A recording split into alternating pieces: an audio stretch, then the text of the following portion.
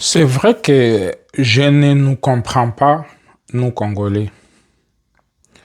Aujourd'hui, là, des Congolais qui ont combattu des Rwandais, des Congolais qui se sont affichés des anti-Rwandais, sont aujourd'hui dans le bras du Rwanda, juste puisqu'ils n'ont pas eu de poste.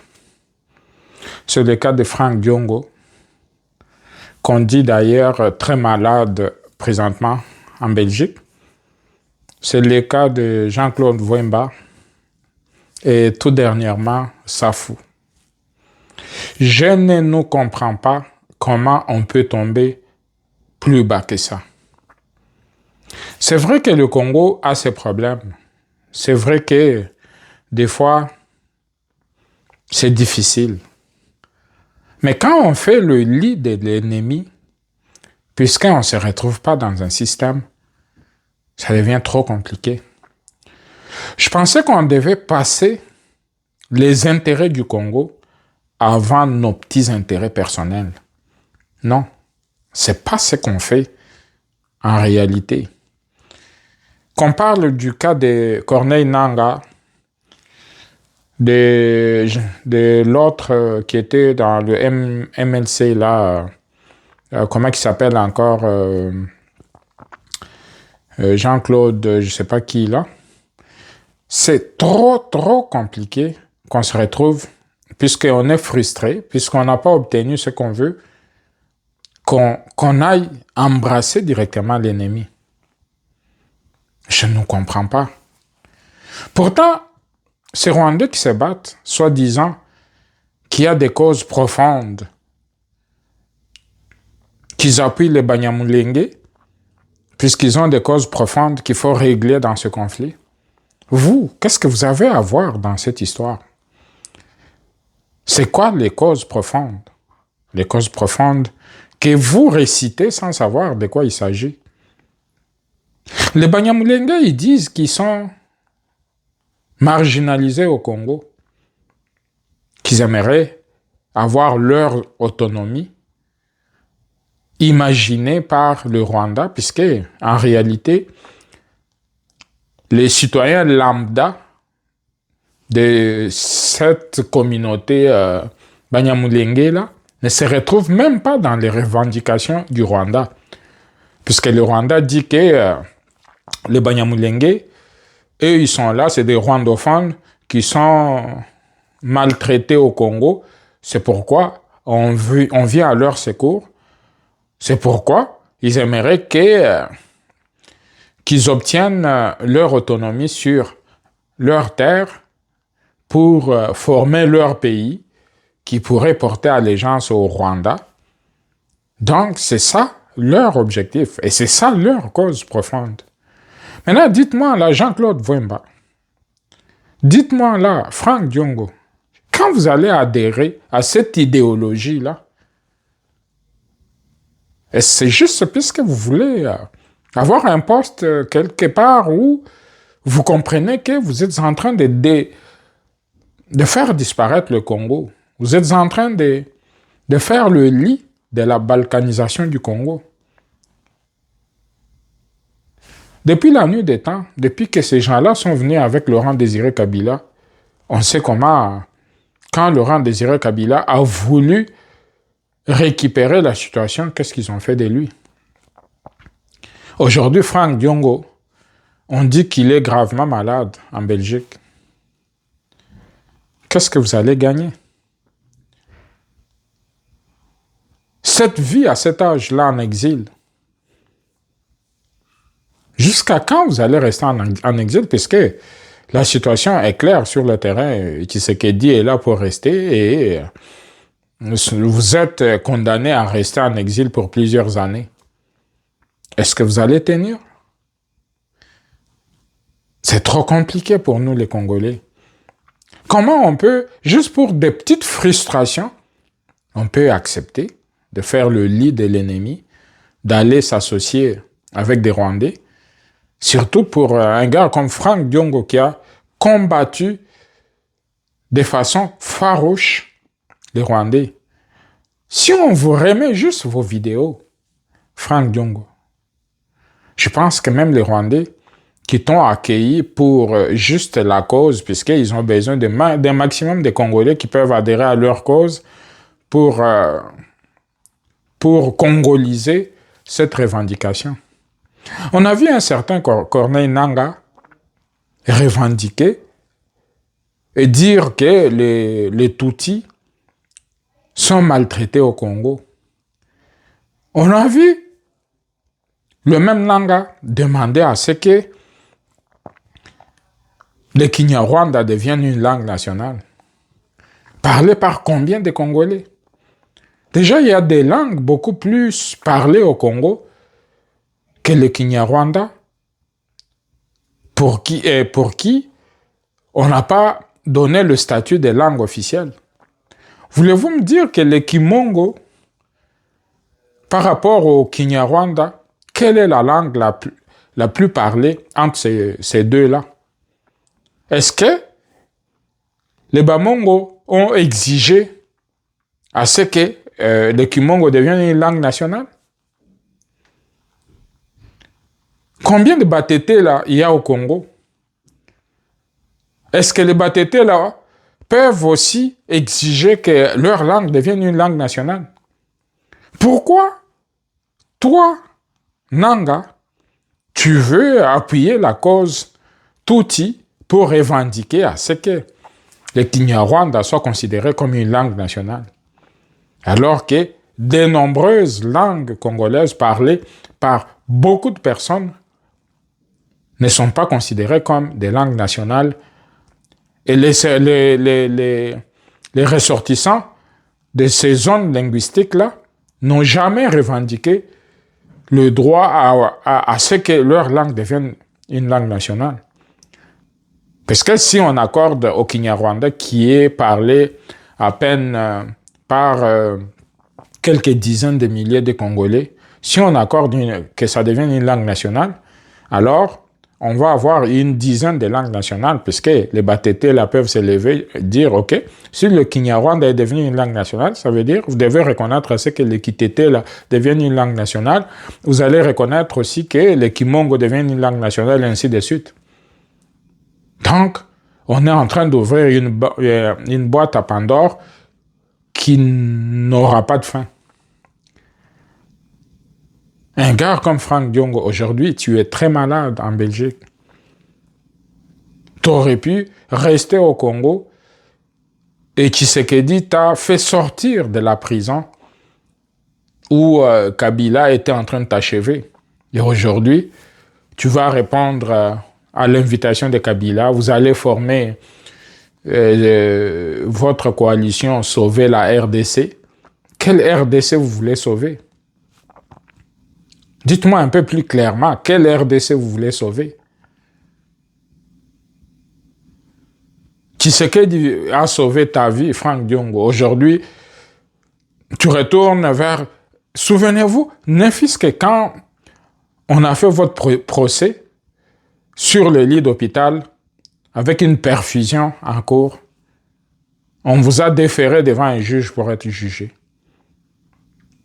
Et aujourd'hui, vous avez oublié tout ça, juste puisque vous n'avez pas obtenu un poste voulu. Très vite, vous avez pensé qu'en allant vers des Rwandais, vous allez obtenir ce que vous voulez. Mais vous avez oublié que les Rwandais n'ont pas oublié ce que vous avez dit dans le passé. La même chose pour SAF. Je pense que vous allez vous livrer à la mort. Pour aujourd'hui, là, les autres ont besoin de vous juste pour atteindre leur objectif. Et leur objectif, c'est quoi? La balkanisation du Congo.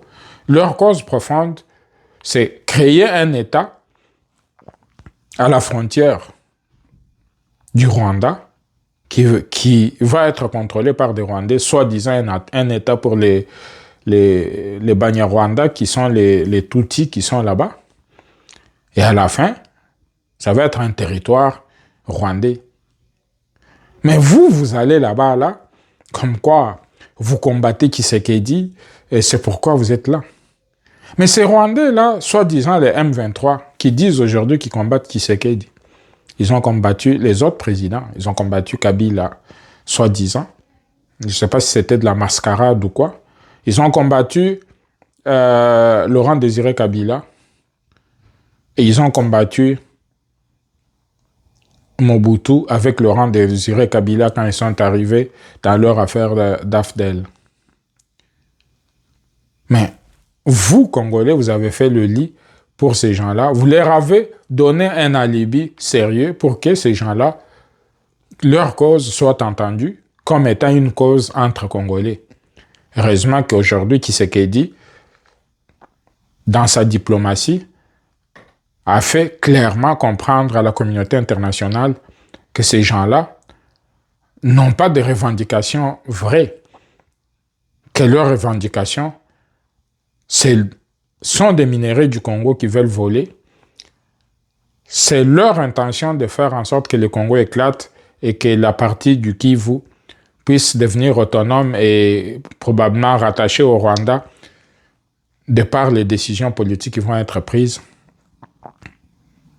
Et ces gens-là, aujourd'hui, sont là avec ces quelques Congolais de service comme des esprits faibles, comme des Franck Diongo. Tu vas mourir avant même d'obtenir quelque chose. Or, tu étais libre à Kinshasa, tu étais libre de faire ce que tu veux et tu pouvais voir le président de la République et obtenir des faveurs quand tu voulais. Non, tu as choisi que c'était trop peu. La liberté que Tshisekedi t'a remise là, toi qui étais condamné par le régime de Kabila, c'était pas assez. C'était pas assez puisque pour toi, il faut absolument être ministre ou être PDG d'une entreprise ou quoi. Combien de millions de Congolais ont des compétences pour être aussi des ministres ou être des PDG? C'est pour autant qu'on est tous frustrés puisqu'on ne l'est pas? Non. Non. Pourquoi vous avez accepté de pactiser avec le diable juste pour des postes? Puisque tous les Congolais qui sont dans ce mouvement, si vous leur posez des questions individuellement, vous allez comprendre que pour eux, c'est une façon facile d'accéder au pouvoir. C'est une façon facile d'accéder à la gouvernance. Et pour pouvoir y accéder, il faut aller là-bas, puis avec un peu de chance, s'il y a des négociations, vous allez vous retrouver, ou si on renverse le système, puis vous allez arriver en grand sauveur, entre guillemets, et puis occuper des postes. Mais aujourd'hui, dites-vous là que vos calculs sont faux. Vos calculs sont faux puisque ce qui s'est passé avec Laurent Désiré Kabila ne se refera plus jamais. Qu'on ne vous laissera plus traverser de l'Est à l'Ouest pour venir prendre le pouvoir à Kinshasa. Que ce soit Kabila qui est en train de vous instrumentaliser, que ce soit les Rwandais, personne, je dis donc personne, ne pourra refaire le coup de Laurent Désiré Kabila, puisque de toutes les façons, Laurent Désiré Kabila n'a pas combattu en réalité. C'était la volonté des Congolais de faire partir Mobutu. C'est pourquoi leur marche vers la capitale avait été tellement facile, puisque tout le monde en avait marre du système Mobutu. Mais aujourd'hui, vous le constatez sur le terrain, vous avez commencé par nous dire que au mois de mars, vous allez être à Kinshasa. Puis après, c'était au mois de juin. Puis là, aujourd'hui, vous demandez même le dialogue. Vous dites que Tshisekedi a boycotté les négociations de Doha. Puis nous, on est prêts, puis tout ça là. Mais si vous étiez prêts, après la signature de votre cessez-le-feu avec le gouvernement congolais, comment se fait-il que vous êtes arrivé jusqu'à Uvira aujourd'hui? Donc, ça ne tient plus debout. Cette feuille de route-là et ces négociations-là ne valent pas la peine, puisque la finalité, c'est vous faire obtenir l'amnistie. La finalité, c'est vous faire entrer dans le système. Non, non, ça ne se fera plus. Ça, c'est de l'autre époque. Si vous voulez, là, continuez votre marche et puis tout le monde vous attend. Puis vous avez dit que très bientôt, vous alliez fêter Nouvel An et Noël à Kalemi, à Lubumbashi, à Kolwezi. Où êtes-vous? Vous peinez à même contrôler Uvira que vous venez de prendre. C'est une façon de vous dire que les Congolais ne sont plus dupes, que les Congolais ont fini par comprendre votre jeu, que les Congolais sont plus que jamais unis, malgré quelques brebis galeuses comme les Frank Diongo, comme les Corneille Nanga, comme les Daniel Safou, puis comme certains Congolais qui ont raté leur vie en Occident, qui veulent aussi, à travers cette histoire de rébellion, essayer de s'accrocher en pensant qu'ils vont obtenir des postes à travers ça. Mais pour ce qui est du reste, c'est une coquille vide. Et que tout le monde, là, dorénavant, va devoir payer.